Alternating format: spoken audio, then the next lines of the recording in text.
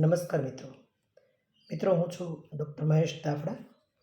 મિત્રો, education touch નામની આપણી આ ઘર આંગણાની યુટ્યુબ ચેનલમાં આપ સૌ મિત્રોનું હાર્દિક સ્વાગત કરું છું. મિત્રો, એજ્યુકેશન ટચ ઉપર 1111 જેટલા અંગ્રેજી વ્યાકરણના વિડીયો અવેલેબલ છે. દોસ્તો, આપ સૌ મિત્રોને એ સમાચાર આપતા હું ખૂબ જ હર્ષની લાગણી અનુભવું છું કે તાજેતરમાં જ વર્લ્ડ રેકોર્ડ બુક તેમણે આપણી આ ચેનલ ઉપર જે 1111 જેટલા જે ઇંગ્લિશ ગ્રામરના વિડીયો આવેલા છે તેમની ઇન્ડિયા વર્લ્ડ રેકોર્ડ બુકે નોંધ લીધી છે અને ઇન્ડિયા વર્લ્ડ રેકોર્ડ બુકની અંદર આપણા આ વિડીયોને સ્થાન પ્રાપ્ત થયું છે. દોસ્તો, કેટલા બધા વિદ્યાર્થીઓ સ્પર્ધાત્મક પરીક્ષાની તૈયારી કરી રહ્યા છે એવા વિદ્યાર્થીઓ માટે તેમજ ધોરણ 9, 10, 11 અને 12માં જે અભ્યાસ કરે છે તેવા વિદ્યાર્થીઓ માટે આ વિડીયો ખરેખર ખૂબ જ ઉપયોગી વિડીયો બની રહ્યા છે.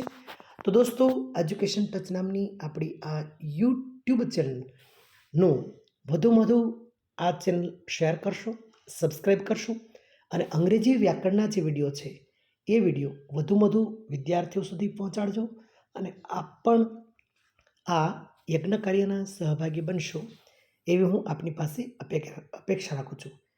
દોસ્તો, બીજો જે અહીંનો જે ઉપક્રમ છે એ છે કરંટ અફેર્સ.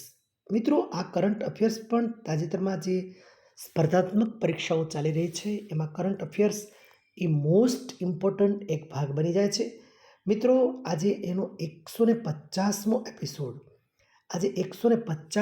એપિસોડ મિત્રો આપ સૌ મિત્રોને અર્પણ કરતા હું ખુદ ધન્યતા અનુભવું છું.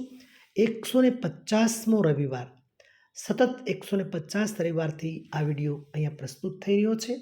તો દોસ્તો, કરંટ અફેર્સના આ વિડીયો પણ વધુ જે પરીક્ષાની તૈયારી કરી રહ્યા છે એવા વિદ્યાર્થીઓ સુધી દોસ્તો આ વિડીયો પણ અવશ્ય પહોંચાડજો અને આપ પણ આ યજ્ઞ કાર્યના સહભાગી બનશો એવી હું આપની પાસે અપેક્ષા રાખું છું. દોસ્તો, અહીંયા જે હું સમાચાર પ્રસ્તુત કરું છું એ સમાચાર મારા એક વાંચનની મર્યાદા અનુરૂપ હોય છે. સંભવ છે દોસ્તો ક્યાંય ક્ષતિ હોય તો ચોક્કસપણે કોઈ ઓથેન્ટિક ન્યૂઝપેપરનો અભ્યાસ પણ અવશ્ય કરી લેશો. ચલો દોસ્તો, સમાચારમાં એક નજર નાખીએ તો તાજેતરમાં સિક્કિમ ખાતે, મિત્રો સ્થળનું નામ ખાસ યાદ રાખજો, સિક્કિમ ખાતે સાગા દાવા મહોત્સવ. સિક્કિમ ખાતે સાગા દાવા મહોત્સવનું આયોજન કરવામાં આવ્યું હતું. બે રીતે પ્રશ્ન પૂછાશે, ક્યાં આયોજન કરવામાં આવ્યું હતું? સિક્કિમ ખાતે. શેનું આયોજન કરવામાં આવ્યું હતું? સાગા દાવા મહોત્સવ સિક્કિમ ખાતે. મિત્રો, તાજેતરમાં Thiruvananthapuram airport zero waste to લેન્ડફિલમાં સન્માન પ્રાપ્ત કરનાર પ્રથમ એરપોર્ટ બનેલ છે. તિરુવનંતપુરમનું આ એરપોર્ટ ઝીરો વેસ્ટ ટુ લેન્ડફિલમાં સન્માન પ્રાપ્ત કરનાર પ્રથમ આપણો હવાઈ અડ્ડો બનેલો છે. દોસ્તો, તાજેતરમાં જ ખગોળશાસ્ત્રી શ્રીનિવાસ કુલકર્ણીને ખગોળ વિજ્ઞાનનો ખૂબ પ્રતિષ્ઠિત શો પુરસ્કાર માટે પસંદ કરવામાં આવેલ છે. ખગોળશાસ્ત્રી એવા શ્રીનિવાસ કુલકર્ણી ખગોળ વિજ્ઞાનનો સૌથી ખૂબ મોટો પ્રતિષ્ઠિત જે એવોર્ડ છે એ છે શો પુરસ્કાર. મિત્રો, શ્રીનિવાસ કુલકર્ણીને આ પુરસ્કાર માટે પસંદ કરવામાં આવેલ છે. આપણે તેમને ખૂબ અભિનંદન પાઠવીએ છીએ. મિત્રો, તાજેતરમાં દૂરદર્શન દ્વારા 2 AI એન્કર, ખાસ યાદ રાખજો, 2 AI એન્કર, એમાં AI કૃષ અને AI ભૂમિ, આ 2 AI એન્કર કોના દ્વારા લોન્ચ કરવામાં આવ્યા હતા? દૂરદર્શન દ્વારા. ખાસ યાદ રાખજો, કોના દ્વારા આ બંને એન્કર રિલીઝ કરવામાં આવ્યા હતા, લોન્ચ કરવામાં આવ્યા હતા? તો એ હતા AI કૃષ અને AI ભૂમિ. કોના દ્વારા? દૂરદર્શન દ્વારા. 2 AI એન્કર, આ બંને નામ પણ યાદ રાખશું, AI કૃષ અને AI ભૂમિ. મિત્રો, તાજેતરમાં બંગાળની ખાડીમાં આવેલ ચક્રવાત તોફાન રેમન એમનું નામ ઓમાન દ્વારા આપવામાં આવેલું છે. રેમનનું નામ કોના દ્વારા આપવામાં આવેલું છે? તો કે ઓમાન દ્વારા આપવામાં આવેલું છે. મિત્રો, તાજેતરમાં જ યોજાયેલ કાન્સ ફિલ્મ મહોત્સવ 2024માં ગ્રાન્ડ પ્રિક્સ શ્રેણીનો પુરસ્કાર ફિલ્મ નિર્માત્રી પાયલ કાપડિયાને આપવામાં આવેલો છે. અને મિત્રો, આવો એવોર્ડ મેળવનાર તે પ્રથમ ભારતીય ફિલ્મ નિર્માત્રી બનેલી છે. આ પહેલાં કોઈ પણ નિર્માત્રીને આ એવોર્ડ પ્રાપ્ત થયેલો નથી. પ્રિક્સ શ્રેણીનો પુરસ્કાર ફિલ્મ નિર્માત્રી પાયલ કાપડિયા.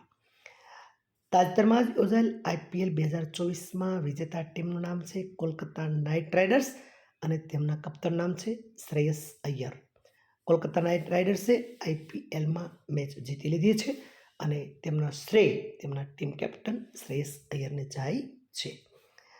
મિત્રો, તાજેતરમાં જ ઉઝબેકિસ્તાન એશિયાઈ જિમ્નેસ્ટિક ચેમ્પિયનશિપમાં ગોલ્ડ મેડલ મેળવનાર દીપા કર્માકર એ પ્રથમ ભારતીય જિમ્નાસ્ટ રહી છે. મિત્રો, ફરી એકવાર ઉઝબેકિસ્તાન એશિયાઈ જિમ્નેસ્ટિક ચેમ્પિયનશિપમાં ગોલ્ડ મેડલ જો લાવનારો હોય તો દીપા કર્માકર છે અને પ્રથમ ભારતીય જિમ્નાસ્ટ છે જેણે આ સિદ્ધિ પ્રાપ્ત કરી છે. દોસ્તો, તાજેતરમાં જ મધ્યપ્રદેશ ખાતે ગેલ ઇન્ડિયા લિમિટેડનો પ્રથમ ગ્રીન હાઇડ્રોજન પ્લાન્ટ શરૂ કરવામાં આવેલો છે. કયા રાજ્ય ખાતે? મધ્યપ્રદેશ ખાતે.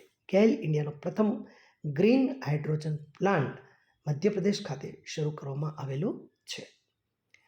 મિત્રો, અંતિમ સમાચારમાં આપણે જોઈએ તો તાજેતરમાં ચેન્નઈ ખાતે ભારતનો પ્રથમ મલ્ટી મોડલ લોજિસ્ટિક પાર્કનું નિર્માણ ચેન્નઈ ખાતે કરવામાં આવ્યું છે. ભારતનો રિલાયન્સનો પ્રથમ મલ્ટી મોડલ લોજિસ્ટિક પાર્કનું નિર્માણ ક્યાં કરવામાં આવેલું છે? ચેન્નઈ ખાતે. રિલાયન્સ ભારતનો પ્રથમ મલ્ટી મોડલ લોજિસ્ટિક પાર્કનું નિર્માણ ચેન્નઈ ખાતે કરવામાં આવેલું છે. મિત્રો, આ સાથે સમાચાર ટોપ 10 અહીંયા પૂર્ણ કરીએ છીએ. દોસ્તો, ફરી એકવાર આપ સૌ મિત્રોને ખાસ નમ્ર વિનંતી છે કે મિત્રો, એજ્યુકેશન ટચ નામની આપણી ઘર આંગણાની યુટ્યુબ ચેનલ પર 1111 જેટલા દોસ્તો અંગ્રેજી વ્યાકરણ યાને કે ઇંગ્લિશ ગ્રામર, મિત્રો આ ઇંગ્લિશ ગ્રામરના વિડીયો 1111 જેટલા અહીંયા અવેલેબલ છે. મિત્રો, તાજેતરમાં જ એને ઇન્ડિયા વર્લ્ડ રેકોર્ડ બુકે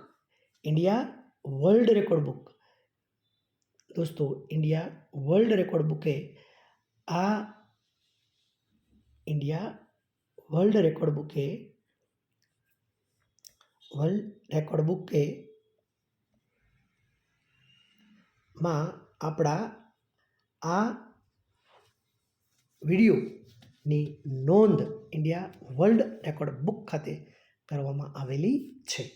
દોસ્તો, તો આ અંગ્રેજી વ્યાકરણના વિડીયો વધુમાં વધુ વિદ્યાર્થીઓ સુધી પહોંચે એવો આપણે પ્રયત્ન કરશું. અને દોસ્તો, એજ્યુકેશન ટચ નામની આપણી આ ચેનલ વધુમાં વધુ સબસ્ક્રાઈબ કરશું અને મને પણ પ્રોત્સાહન મળી રહેશે. અને કરંટ અફેર્સના આ વિડીયો દોસ્તો જે વિદ્યાર્થીઓ સ્પર્ધાત્મક પરીક્ષાની તૈયારી કરે છે એવા વિદ્યાર્થીઓ સુધી પહોંચાડી એક યજ્ઞ કાર્યના સહભાગી બનશું એવી હું આપણી પાસે અપેક્ષા રાખું છું. ચાલો દોસ્તો, ફરી પાછા મળશું આવતા રવિવારે. ત્યાં સુધી ભારત માતા કી જય.